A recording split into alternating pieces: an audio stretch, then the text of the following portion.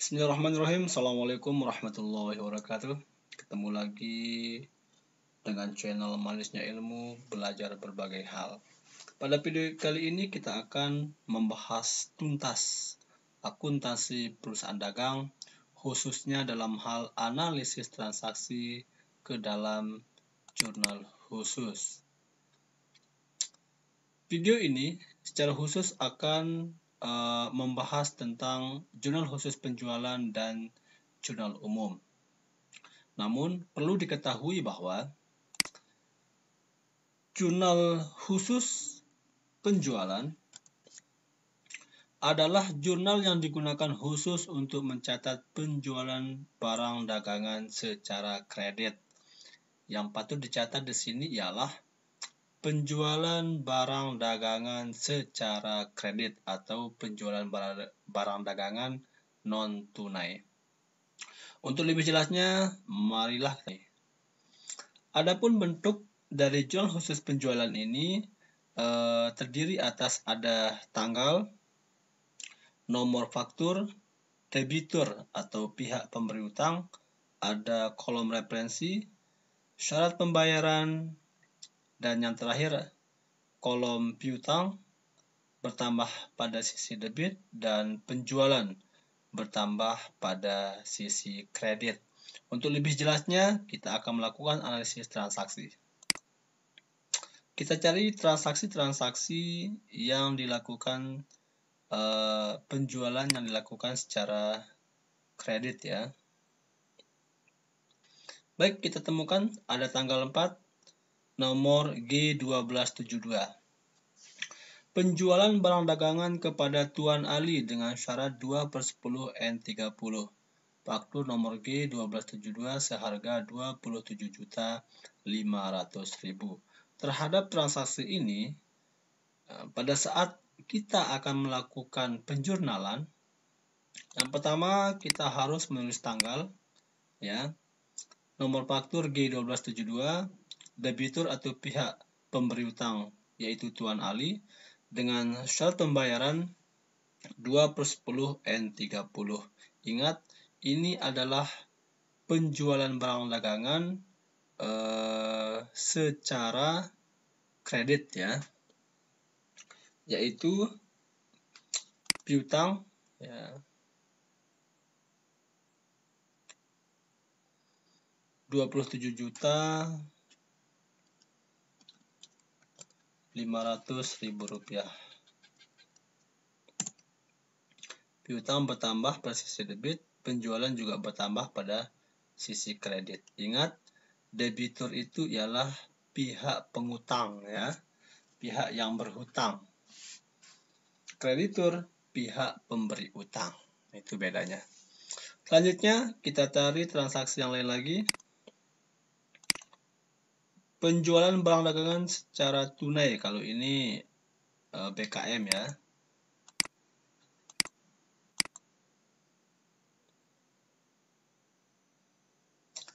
Tanggal 12, transaksi ke-12. Penjualan barang dagangan secara kredit kepada Sulaiman seharga 2.500.000 dengan syarat 2/10 N30. Tanggal 12, debiturnya atau pihak yang berhutang itu Tuan Sulaiman seharga 2.500.000 rupiah. Kita cari lagi transaksi yang lain. Ini sangat mudah ya. Tanggal 16, debiturnya Tuan Ramli dengan nomor faktur G1274. Tanggal 16 seharga 7.500.000 rupiah. Sampai tanggal transaksi yang ke-16 ini ya cukup mudah sekali untuk melakukan penjurnalan, khususnya dalam jurnal khusus penjualan. Kita cari transaksi-transaksi yang lain.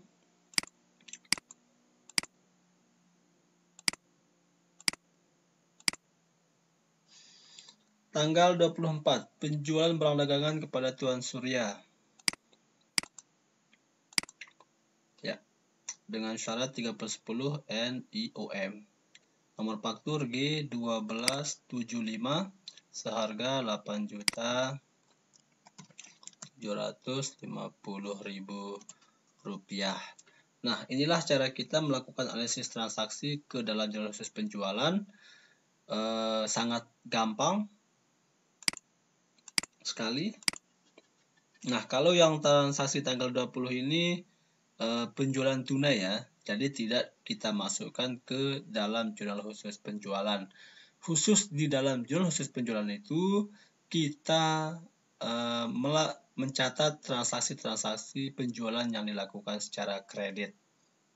Seperti tanggal 4, tanggal 12, tanggal 16, dan tanggal 24. Kalau di tanggal 20 ini tidak kita masukkan. Setelah kita selesai melakukan analisis transaksi ke dalam jurnal khusus penjualan, tugas selanjutnya yaitu kita akan melakukan rekapitulasi jurnal. Dalam hal ini kita akan merekap berapa piutang pada posisi debit dan penjualan pada sisi kredit. Tentunya kita akan mendahulukan akun yang di debit ya. Untuk piutang kita cek 112 ya. Piutang 11, kode akun 112.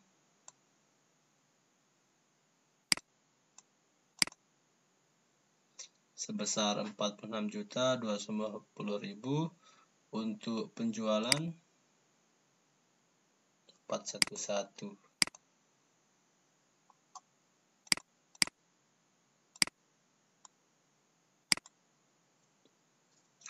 Pada posisi kredit sebesar 46.250.000. Antara sisi debit dan sisi kredit sudah terjadi keseimbangan. Inilah cara mudah untuk melakukan analisis transaksi ke dalam jurnal khusus penjualan. Yang penting di sini ialah kita harus mengenal apakah transaksi itu dilakukan secara tunai atau transaksi itu dilakukan secara kredit. Kalau dilakukan secara tunai, maka kita akan masukkan ke dalam jurnal khusus penerimaan kas. Kalau penjualan itu dilakukan secara kredit, maka kita akan mencatatnya ke dalam jurnal khusus penjualan. Terima kasih. Kita lanjutkan kepada pembahasan selanjutnya, yaitu jurnal umum. Adapun jurnal umum ini ya, di dalam perusahaan dagang itu khusus untuk mencatat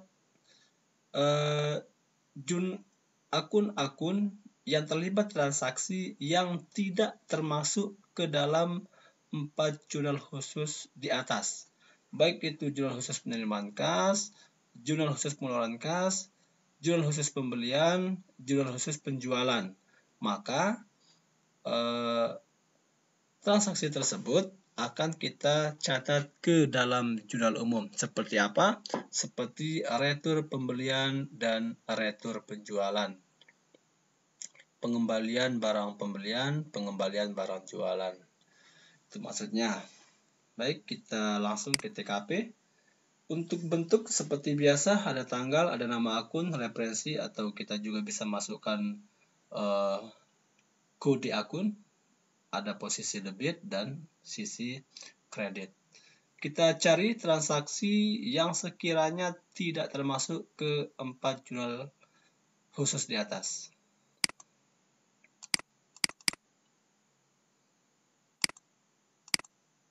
Nah, kata-kata pengembalian barang dagangan. Pengembalian barang dagangan faktur nomor B1809 karena rusak senilai 150.000. Ini adalah transaksi pembelian barang dagangan secara kredit. Jadi kita harus mencari seperti apa transaksi kode B1809.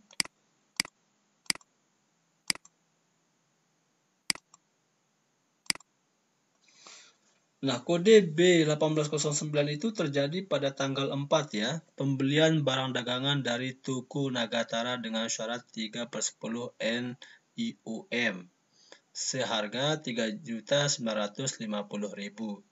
Yang mana pada tanggal 11 ini ya, perusahaan dagang kita sukses mengembalikan barang dagangan yang sudah dibeli itu seharga 150.000.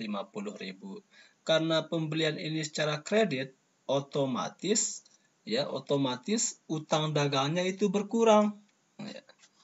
Pada tanggal 11 utang dagang berkurang pada sisi debit, dan retur pembelian bertambah pada sisi kredit sebesar 150.000.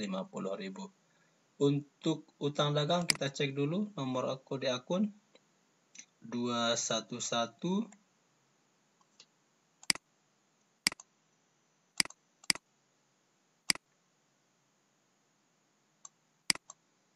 utang dagang berkurang pada sisi debit 150.000.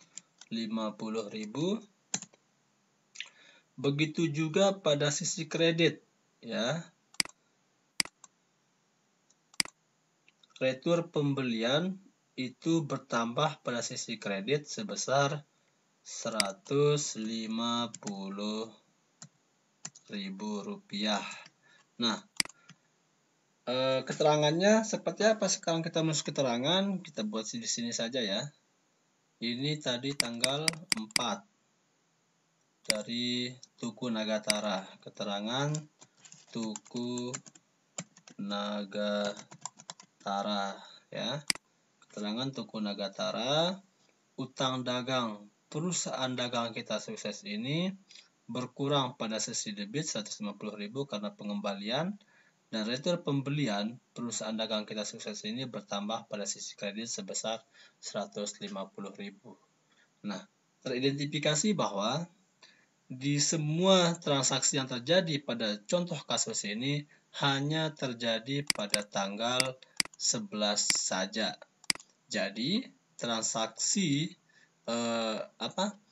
tugas akunting dalam jurnal umum ini sudah selesai.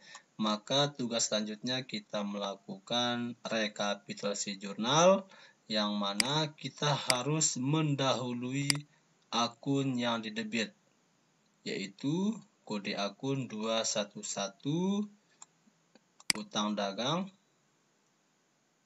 berkurang pada sisi debit 150.000 dan retur pembelian bertambah pada sisi kredit 150.000.